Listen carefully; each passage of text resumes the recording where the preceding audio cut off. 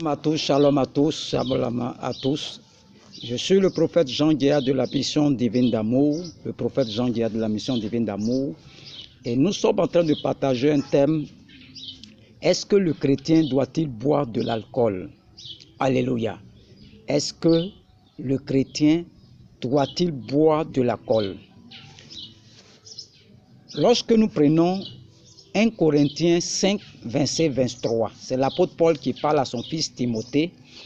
Il dit: ne continue pas à ne boire que de l'eau, mais fais usage d'un peu de vin à cause de ton estomac et de tes fréquentes indispositions. Donc, à cause de ton estomac et de tes fréquentes indispositions. Voilà le verset où tout le monde dit que l'apôtre Paul a dit à son fils Timothée qu'il peut boire un peu de vin. Ça, c'est un passage. Nous avons vu dans l'Ancien Testament, dans Lévitique 10, versets 8 à 9, Dieu va parler à Aaron et ses fils. Dieu va dire à Aaron et ses fils: lorsque vous rentrez dans la tente d'assignation, vous devez vous abstenir de la boisson.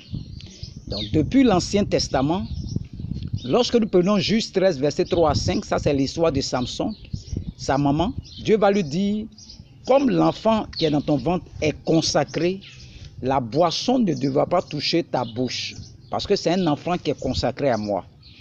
Et quand nous prenons le livre de Daniel, Daniel 1, nous voyons dans Daniel qu'ils ont refusé de manger les mets qui venaient, que le roi leur proposait, Nebuchadnezzar, et ils ont refusé de boire le vin que le roi leur proposait. Et on a vu que lorsqu'ils ont refusé de boire cette boisson, Daniel et ses compagnons ont reçu une sagesse, une connaissance, avec la capacité d'interpréter tous les songes. Ils ont arrêté de boire seulement. Ils n'ont pas bu le vin là. Et moi, j'ai donné mon témoignage. Avant, je n'étais pas trop intelligent.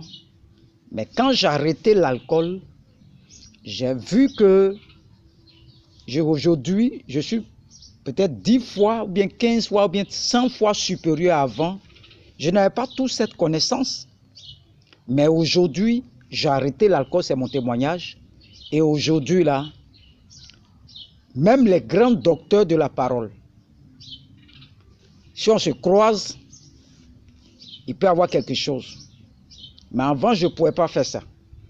Mais quand j'arrête l'alcool, je vois que je suis devenu 1000 fois plus intelligent qu'avant. Et aujourd'hui, nous sommes en train de voir le verset qui dit de boire de l'alcool. C'est 1 Timothée 5, verset 23. Et nous avons vu dans l'Ancien Testament qu'il y avait des gens charnels et il y avait des gens spirituels. Donc quand Dieu veut, le Saint-Esprit veut travailler avec toi, le Saint-Esprit te demande de t'abstenir de l'alcool. Ça ne veut pas dire que l'homme ne boit pas. Donc, dans l'Ancien Testament, c'est quand le Saint-Esprit vient sur toi, quand tu rentres dans la tente d'assignation, quand tu es consacré à Dieu, il te demande toujours de ne pas boire. C'est comme si le problème n'est pas entre l'homme et l'alcool, le problème c'est entre le Saint-Esprit et l'alcool. Satan a trompé tout le monde entier. Est-ce que l'homme doit boire? Est-ce que l'homme ne doit pas boire? Ce n'est pas le débat. Sinon, moi, je te rassure aujourd'hui, selon l'Ancien Testament, que l'homme peut boire.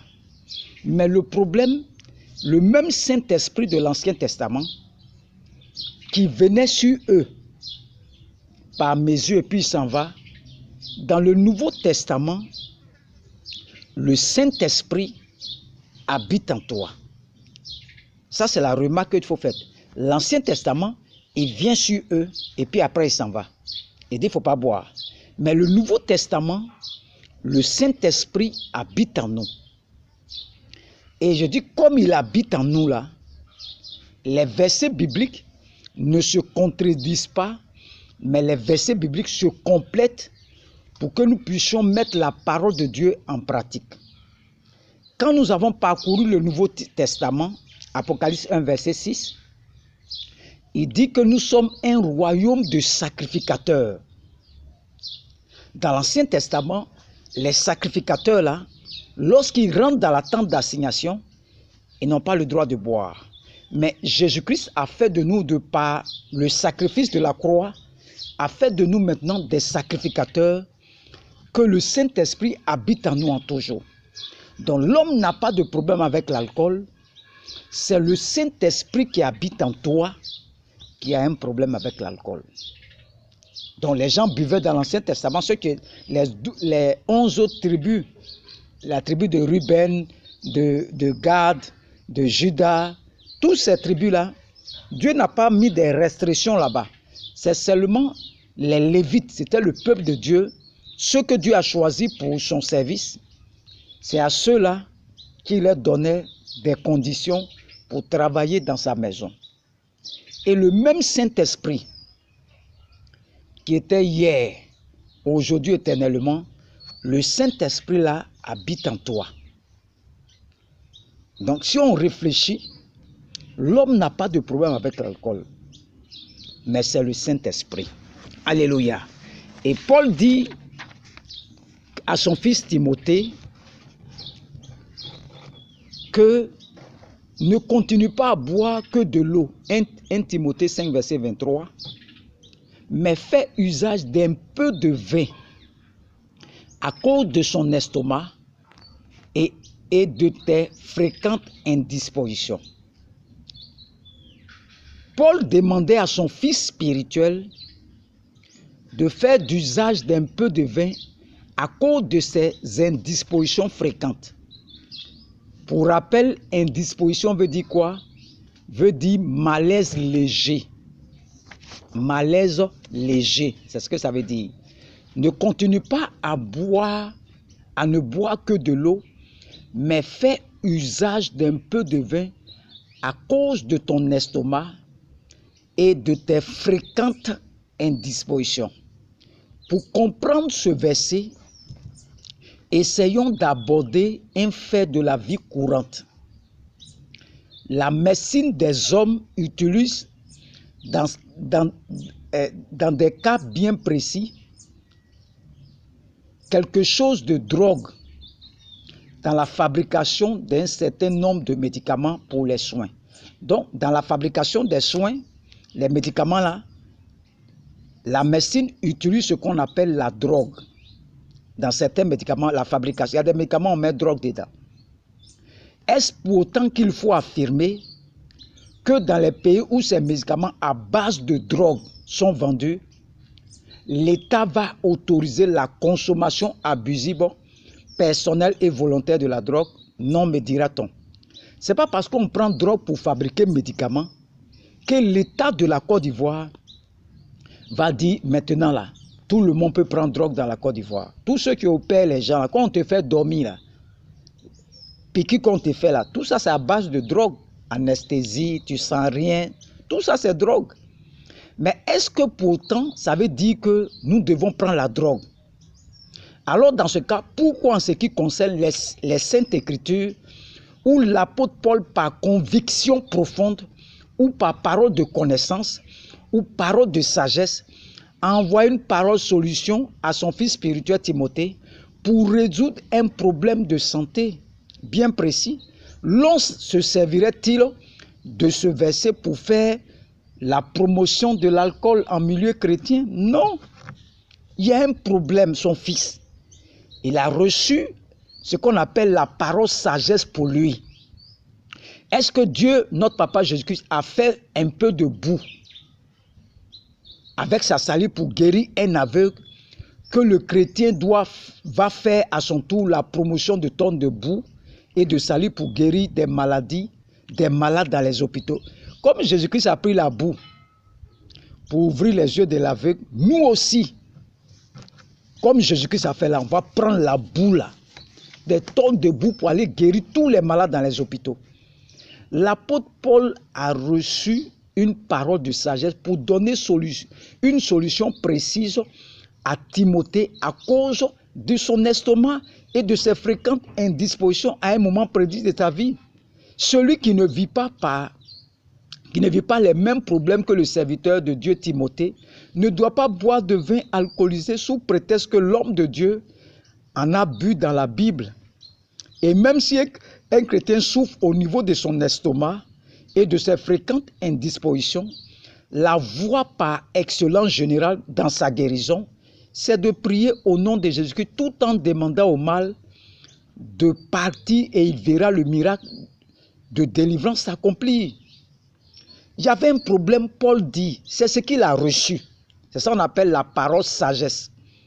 Il a donné à son fils. Vous voyez? Si un chrétien aussi veut certainement par la foi utiliser un peu de vin pour son mal au niveau de son estomac, c'est simple et plus facile de consulter Dieu au nom de Jésus-Christ avant de boire. C'est-à-dire, l'autre a pris du vin pour guérir Timothée de son indisposition, de son mal. Si toi maintenant, tu as un mal au niveau de l'estomac, que tu veux prendre du vin, il faut d'abord prier d'abord. Il faut d'abord prier d'abord. Sans une révélation spécifique au préalable de la part de Dieu, la consommation volontaire de la boisson avec alcool sera pour le chrétien un péché, car il attristera le Saint-Esprit qui est dans son corps. Celui qui veut craindre Dieu et observer ses commandements doit se presser d'agir ainsi. Alléluia. Doit se presser. Le Saint-Esprit, c'est lui qui est en toi qui a problème avec l'alcool. Ce n'est pas toi. Donc, l'apôtre Paul ici, son fils a un problème, Timothée. Et il reçoit dans les pensées, dis-lui de prendre un peu de vin à cause de son estomac et de ses fréquentes indispositions. Donc, comme l'apôtre Paul a pris, Timothée avait problème d'estomac, de fréquentes indispositions, moi aussi, je vais prendre 20. Il faut prendre 20 là, ça ne va pas guérir pour toi là. Beaucoup même m'écoutent même. Depuis ton ventre là, tu prends 20 là. Est-ce que tu es guéri? Pour lui, c'est ce qu'on appelle la parole sagesse. La parole prophétique que l'apôtre Paul a libérée sur son fils. Et par obéissance, il était guéri. Je me rappelle quand j'étais alcoolique, je suis arrivé à l'église. Et ils ont dit à tous ceux qui boivent, venez, on va prier pour vous. Et je suis venu, je me suis arrêté devant la chaire, et ils ont pris de l'huile de l'onction, ils ont mis dans nos mains, on dit lapé, on a lapé l'huile d'onction, et ils ont prié pour moi, et nous sommes partis à la maison. Et quelques jours après, on allait s'asseoir au maquis. Je suis devenu froid, je n'ai plus envie de boire. Depuis 2012, 2011, j'ai arrêté l'alcool. Donc, comme moi aussi, ils ont mis huile dans ma main, que je suis guéri de mon alcoolisme, tous ceux qui vont m'écouter aujourd'hui, là, ils vont aller payer huile d'onction, et puis ils vont commencer à boire huile, là, croyant qu'ils vont arrêter l'alcool. Il faut aller prendre même tonne d'huile pour aller donner à ton fils alcoolique, il ne va pas arrêter de boire. Moi, c'est une parole sagesse que ceux qui ont prié pour moi ont reçue. Ce n'est pas la même chose. Donc ici, ce verset-là ne dit pas à tout le monde d'aller boire. Il y avait un problème d'estomac et de fréquentes indispositions. L'apôtre Paul, comme c'est un homme spirituel, il reçoit une pensée, une parole sagesse, une parole solution au mal de son fils.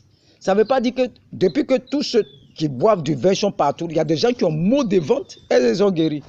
Ils boivent vin la même, dépassent degré la même. Mais ils ne sont pas guéris. Ce n'est pas parce qu'on a prié pour quelqu'un avec du vin que toi aussi Dieu là va prier. Il va prendre du vin pour te guérir. Non, ce n'est pas comme ça. Donc ce verset-là ne dit pas aux gens d'aller boire. Non, je suis désolé. Il y a un problème bien précis. Le Saint-Esprit qui va inspirer l'apôtre Paul dit à ton fils de prendre un peu de vin. Donc Jésus-Christ a pris de la boue pour mettre dans les yeux de l'aveugle. L'aveugle va te laver dans le réservoir de Siloé. Est-ce que Jésus-Christ a pris la boue pour tous les aveugles? Non. Ce sont des... Au moment où tu reçois, tu donnes à la personne. Ça ne veut pas que tous les cas qui vont venir, buvez de l'eau, buvez de l'eau, buvez de l'eau. Non. Quand tu es venu à Dieu, me dit de te donner de l'eau, tu donnes de l'eau. Lui qui vient là, Dieu peut me dire, n'a qu'à sortir de ta maison. C'est Dieu qui nous conduit par son esprit. On dit les choses sont en esprit. Donc, le vin qu'on parle ici, là, c'est pour guérir un mal. C'est une pensée, une parole, solution que l'apôtre Paul a reçue pour son fils Timothée. Depuis que les gens boivent vin, là, allez voir, les gens ont des maux de ventre, ça ne guérit pas. Ce n'est pas le vin là, mais c'est la parole qui est sortie de la bouche de l'apôtre Paul pour son fils, parce qu'il y avait un problème. Il buvait de l'eau seulement. Il buvait de l'eau seulement. Il pense que l'eau va guérir son mal. L'apôtre Paul a eu une pensée. Il dit, prends un peu de vin. À cause de ton estomac et de tes fréquentes indispositions. Donc ce verset-là ne dit pas aux gens d'aller boire. Moi, ils ont mis huile dans ma main, j'ai arrêté de boire. Ils ont prié pour moi. Quand je suis venu m'arrêter sur la chaise, c'est ce qu'ils ont reçu. Et quand ils ont prié pour moi, j'ai arrêté de boire. Donc demain matin, quand tout le monde vient chez moi, je dis, bon, allez payer huile d'onction. Et venez, je mettais dans mes laper l'huile là. Même il faut laper baril d'huile. Ton fils ne sera pas guéri de l'alcoolisme. C'est pas comme ça. Et les gens prennent les versets là. Non, le chrétien doit boire. Le chrétien doit... Qui t'a dit ça? Qui vous a dit ce passage là? Je vais relire, vous allez comprendre. Il dit, ne continue pas à ne boire que de l'eau, mais fais usage d'un peu de vin à cause de ton estomac et de tes fréquentes indispositions. Pourquoi Dieu m'a guéri avec huile? Donc toi aussi, tu vas aller payer huile aussi. Tu vas boire pour que tu arrêtes de boire l'alcool. Ça n'a pas marché, c'est pas comme ça. C'est pas comme ça. Dieu guérit les gens. Tout se fait en esprit. Donc ici, l'apôtre Paul ne nous dit pas d'aller boire. L'apôtre Paul ici va donner une parole solution à son fils Timothée. Et les gens ont pris ce verset-là pour dire on peut boire un peu. On peut boire un peu. On peut boire un peu. On peut boire un peu. Aujourd'hui, tout le monde est devenu alcoolique. Ici, on ne dit pas de boire. Ici, c'est pour régler le problème de Timothée. Mais est-ce que toi, ton problème, là, les esprits de ta famille, là, et puis les esprits de la famille de Timothée, là, est-ce que c'est les mêmes alliances? Donc Dieu ne peut pas résoudre les problèmes de la même manière. Chaque famille a ses alliances, a ses adorations, a ses décrets qui sont là-bas, des permissions, des non-permissions. Donc Dieu ne règle pas les problèmes de la même manière de tout le monde. Il y a des gens qui ont prié pour toi, au cours d'une veille, tu es libéré, c'est fini. Il y a d'autres là, pendant 10 ans, il est en train de prier. Ce n'est pas les mêmes liens. Ce n'est pas le même sang. Les mêmes péchés de tes parents, ce n'est pas le même péché à les parents de Timothée. Donc Dieu sait pourquoi il règle Timothée là avec un peu de vin. Donc le verset qui est là, ne dit pas aux gens d'aller boire, d'aller s'en enivrer. On t'a bien dit que le Saint-Esprit et l'alcool ne vont pas ensemble. Ici, c'est pour régler un problème, une solution. Prends un peu seulement. Mais le Saint-Esprit habite en toi. Moi, quand on m'a dit, bois un peu d'huile, on a mis, il faut laper là. Aujourd'hui, j'ai arrêté l'alcool. C'est la parole solution qu'on m'a donnée ce jour-là. Donc, ça n'est pas dit que, moi, quand je t'ai dit, il faut prendre huile, tu vas boire, tu vas sortir de l'alcool. Non, c'est pas comme ça. Moi, c'était mon cas. Pour que je sorte de là, c'est comme ça on a traité ça. Donc, Dieu a sa manière de traiter chaque problème de ses enfants, chaque problème. Donc le verset qui est là, 1 Timothée 5, verset 23, ne nous dit pas d'aller boire. Ce sont des versets que Dieu nous a donné à son fils Timothée par rapport à ses indispositions. Prends un peu de vin, vous voyez, prends un peu de vin par rapport à ce mal que tu as là. Et des fois, il dit, prends la boue. Souvent, d'autres me vont toucher son habit, sont guéris. Donc Dieu a sa manière de guérir tout un chacun. Il faut comprendre ce principe. Arrête de boire. Le Saint-Esprit habite en toi. On dit, n'attristez pas l'Esprit de Dieu qui habite en vous. Quand tu sais que le Saint-Esprit est en toi, il ne faut pas jouer à l'alcool. Parce que depuis l'Ancien Testament, il ne blague pas à ça. Et le même Saint-Esprit habite en toi. C'est à cause de lui. Sinon, l'homme peut boire. Si le Saint-Esprit, dans l'Ancien Testament, s'il n'est pas chez toi, tu peux aller t'amuser, boire comme tu veux. Mais quand tu vas rentrer dans la tente d'assignation, ou bien quand tu es consacré depuis le ventre de ta mère, tu ne dois pas boire. Ça veut dire quoi? Dans le Nouveau Testament, le Saint-Esprit habite en nous maintenant. Donc fais attention. Sinon, moi, je peux te conclure aujourd'hui que l'homme peut boire qui n'a pas le Saint-Esprit. Mais dans l'Ancien Testament, quand tu acceptes Jésus, il te donne son esprit. Donc fais attention à l'alcool. Voici un premier passage que nous venons de voir. 1 Timothée 5, verset 23, j'ai expliqué.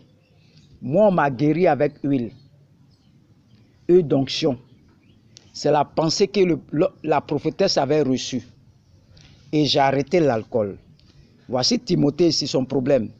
On dit, prends un peu de vin pour arrêter ton indisposition et ton problème d'estomac.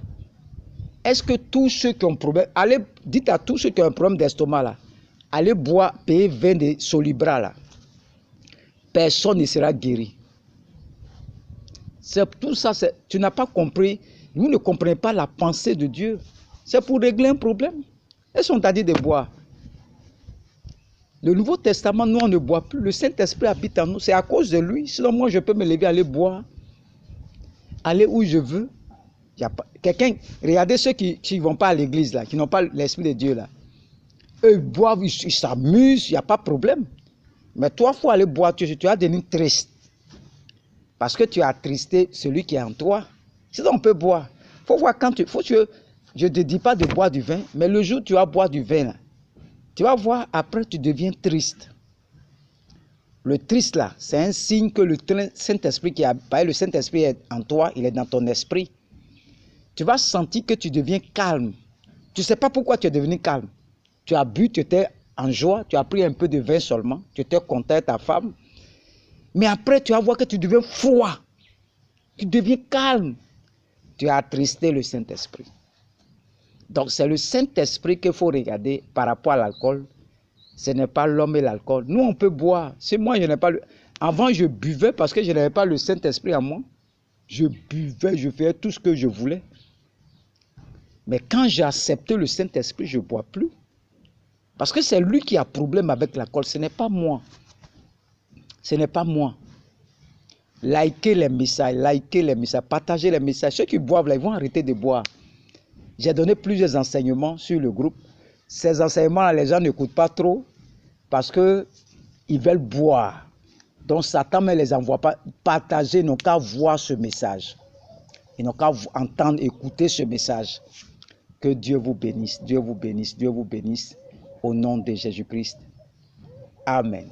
Pour tous ceux qui veulent faire des offrandes, mon numéro c'est le 07 59 87 91 37 ou le 07 16 94 40 72 ou le 05 46 68 23 42. Ce sont mes numéros, c'est oui pour tout ce que Dieu a mis au cœur de m'envoyer une dîme, de m'envoyer une offrande, de me soutenir aussi par rapport à mes appareils, par rapport au local que j'ai besoin.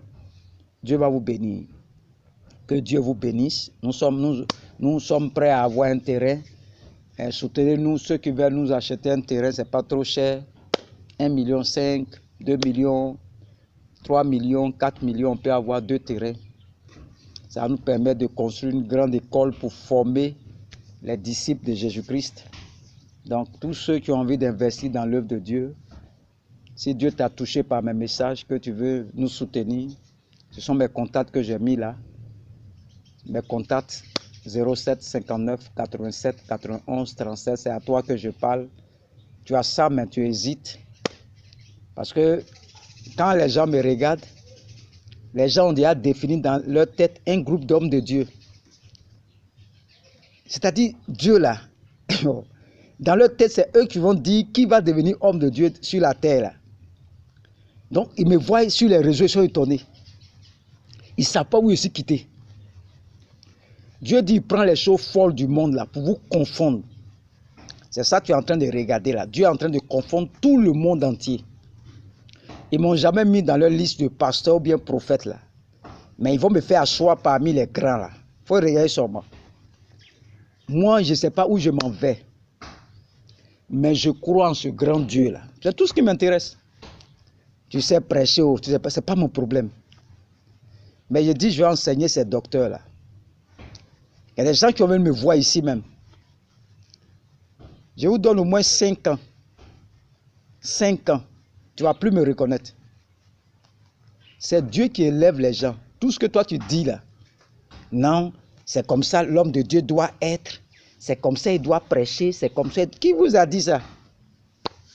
Qui vous a dit que c'est comme ça l'homme doit faire? Vous ne savez même pas où je suis quitté. Il y a des gens qui me lancent des défis, monsieur, qui m'envoient un message pour me lancer des défis. Je les regarde comme ça. Tu vas prendre feu là où tu te trouves là. Tu ne fais pas attention, tu vas prendre feu. Tu ne sais pas qui m'a appelé. Donc avant de dire quelque chose, il faut bien réfléchir. Tu ne sais pas où je suis quitté. Dieu m'a caché il y a longtemps. Ça fait bientôt 50 ans.